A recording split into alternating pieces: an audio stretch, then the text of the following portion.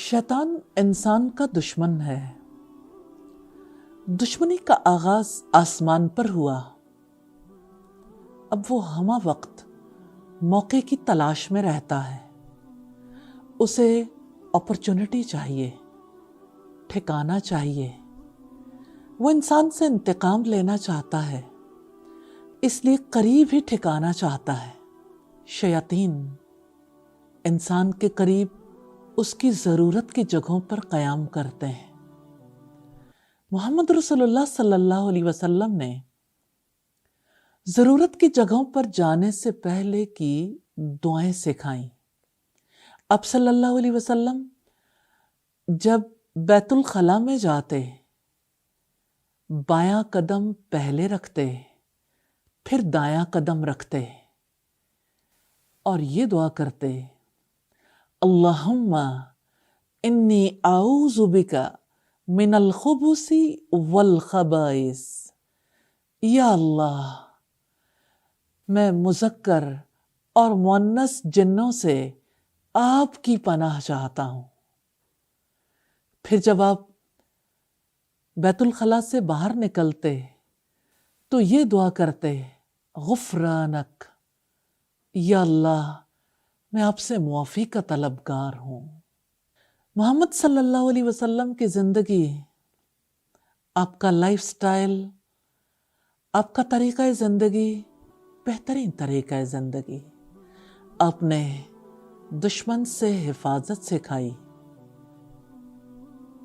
अल्लाह ताला से दुआ है हमें अपने दुश्मन को पहचानने और उससे बचने की तौफीक अता फरमाए, दुआओं की तौफीक अता फरमाए।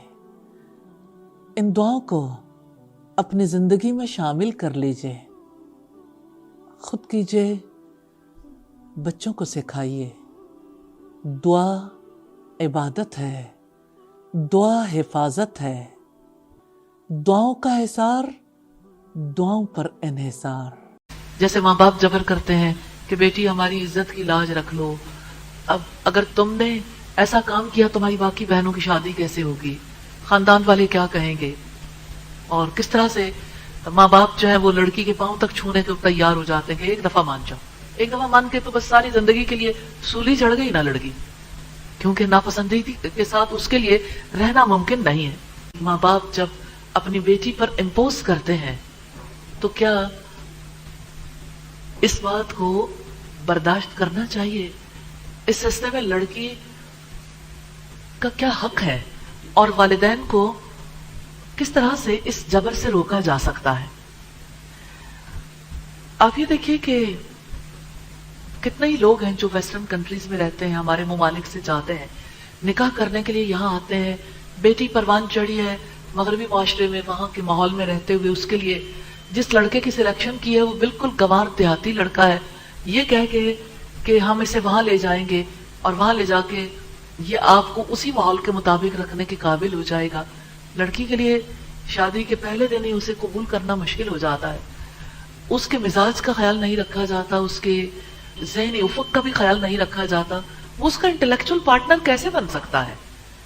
ठीक है, खानदान में अगर अच्छा भर मौजूद हो शादी की जा सकती है, लेकिन इसके बारे में पहले से ध्यान करना चाहिए कि सारे अहले खानदान फिर उसी के मुताबिक बच्चों को तालीम भी दिलवाएं, बच्चों को वैसा माहौल भी दें।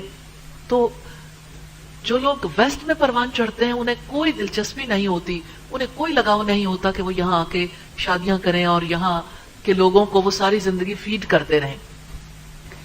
वेस्ट में रहने वाले बच्चे और बच्चियां उसी सांचे में ढल चुके होते हैं, जिसके बाद उनके लिए बहुत ज्यादा मुशक्कत हो जाती है। और मैं समझती हूँ कि आज के उन स्कूल से तालीम पाने वाले बच्चे, जो एलीट स्कूल्स हैं, वहां बच्चे तालीम पाएं और उसके बाद माँ बाप चाहें कि अपने उन रिश्तेदारों के यहाँ उन्हें ब्याह दें, वहां जाके टांका जोड़ने की कोशिश करें कि ये मेरा भाई है और ये मेरी बहन है और उसका बेटा है और ये मेरा फलां रिश्तेदार है। सारी जिंदगी तो आपको याद ना आई, उनको भी उठाते, उनके लिए भी आप कोशिश करते। आज अगर आप चाहते हैं कि बच्चे जो हैं वो अच्छी जिंदगी बसर करें तो फिर इस सिलसिले में एक दूसरे को उठा के एक बराबर लाके कोशिश करनी चाहिए, ताकि बच्चों के लिए, आने वाली नस्लों के लिए वो तकलीफ ना रहे जो तकलीफ शादी के पहले दिन से शुरू होती है और तलाक या खुला पर मुंतज होती, और अगर तलाक और खुला ना हो तो बीमारी और सुयल किस्म की बीमारियों के बाद जवानी की डेथ की सूरत में हालात सामने आते हैं, या बच्चे और बच्चियां डिप्रेशन का शिकार हो जाते हैं। इंसान सिर्फ मादी वजूद नहीं है, उसके अंदर उसकी रूह है, वो अक्ल रखता है, उसको एक जानवर की तरह डील नहीं किया जा सकता। जानवर को बेचा जा सकता है, किसी को भी बेच दे, जो भी खरीदार हो उसको दिया जा सकता है, लेकिन इंसानों के साथ ये मामला नहीं किया जा सकता और ना करना चाहिए। औलिया यानी वली जो निकाह पर मजबूर करते हैं, इस जबर की बहुत सारी सूरतें हैं। कभी धमकियां देते हैं, कभी मार डालने की धमकी देते हैं, कभी ये कहते हैं तुम्हारा पासपोर्ट जला देंगे, तुम्हें बाहर की जिस मुल्क की शहरियत हासिल है उस शहरियत से महरूम कर देंगे। और लड़की जब बेबस हो जाती है, मजबूर हो जाती है, तो निकाह पर रजामंदी का इजहार कर देती है कि ऐसे में तो सारी जिंदगी के लिए मैं वहां से भी जाऊंगी, हालांकि वो निकाह पर आमादा नहीं होती। फिर जब निकाह हो जाता है, वापस अपने मुल्कों में लड़की पहुंच जाती है, तो वो वहां जाके अपने शौहर को कबूल करने से इनकार कर देती है। वहां पे माँ बाप मजबूर नहीं कर सकते, फिर वो निकाह फसख करने के लिए शरई काउंसलर से रुजू करती हैं ताकि ये रिश्ता किसी तरह से खत्म हो जाए। ये वाकयात बड़ी कसरत से होने लग गए हैं, हत्ता कि हुकूमत बरतानिया ने इस पर रिपोर्ट भी मुरतब की है और इन वाकयात का बड़ी सख्ती से नोटिस भी लिया है। ऐसे वाकयात की वजह से मुसलमानों का इमेज भी खराब हुआ और आजादी निस्वा की तहरीकों को, तंजीमों को ये कहने में मदद भी मिली है कि इस्लाम में औरत के हुकूक बहुत कम है, औरत को हक नहीं देता, इस्लाम में औरत पर बड़ा जबर है, और इस्लाम जो है वो किसी अक्लमंद, तालीम याफ्ता और बालिग लड़की को मजबूर करता है कि वो अपने नापसंदीदा शख्स के साथ रहे। हालांकि ये इस्लाम की पिक्चर नहीं है, ये उन वालिदैन की पिक्चर है, उनका इमेज है, लेकिन उसको इस्लाम के नाम को और इस्लाम को खराब करने के लिए इस्तेमाल किया जाता। इसमें कोई शक नहीं कि वली को इस्लाम हक देता है और इस्लाम उस पर फराइज भी आयद करता है, बच्चों की तालीम और तरबियत के हवाले से, उनके मफादात की रियायत के लिए। और फिर आप देखिए कि वली बच्चों पर तसर्रुफ कर सकता है, लेकिन इस हद तक नहीं कि उनकी जिंदगी के पार्टनर के लिए भी उनकी पूरी हयात को जबर में रख के उन्हें मजबूर जिंदगी गुजारने के लिए पूरी तरह से ज़दोकोब किया जाए, उन्हें जबर व इकराह के जरिए से तैयार किया जाए। एक आकिला और एक बालिगा लड़की के निकाह में शरीयत ने उसकी रजामंदी को लाजिम करार दिया है। अहदीस नबवी से इसकी वजाहत होती है। और जब कभी किसी को मजबूर करके निकाह किया जाता है, जब कभी किसी पर ऐसा जबर किया जाता है, निकाह हो भी जाए तो वो निकाह फसख हो जाता है, इन उसे फसख किया जा सकता है। जब भी लड़की कोर्ट में जाएगी तो उसका निकाह खत्म हो जाएगा। कभी कभी जबर के जरिए होने वाली शादी में लड़के और लड़की के दरमियान ताल्लुक कायम नहीं होता, लेकिन अगर ताल्लुक कायम हो जाए तो ऐसी सूरत में लड़की और ज्यादा मजबूर हो जाती है, औलाद की वजह से जो इस ताल्लुक के नतीजे में वजूद में आती है। तो जबरी शादी हमारे दौर का एक बहुत बड़ा इशू है। अगरचे बज़ाहिर ऐसा महसूस होता है पढ़े लिखे खानदानों में कि अब बहुत हद तक जबर से लोग रुक गए हैं, लेकिन हकीकत यह है कि जबर का सिलसिला आज भी जारी है। मिसाल के तौर पर लड़की से राय ना पूछी जाए तो क्या ये जबर नहीं है? लड़के और लड़की को एक दूसरे को देखने का मौका ना दिया जाए, क्या ये जबर नहीं है? लड़की एग्री नहीं कर रही है, उसको मुख्तलिफ तरीके से कन्विंस कर करके उसे इस स्टेज पर ले आए हैं कि वो अब निकाह करने के लिए तैयार है तो ये भी जबर। इसलिए इस बात को समझना जरूरी है कि ये प्रॉब्लम कैसे सॉल्व हो सकता है। बात यह है कि शरई इस्तिलाह में से विलायत किफायत कहते हैं, और विलायत का जो हक है उसका ये मतलब नहीं है कि वली ये भी हक रखता है कि जबर कर सके।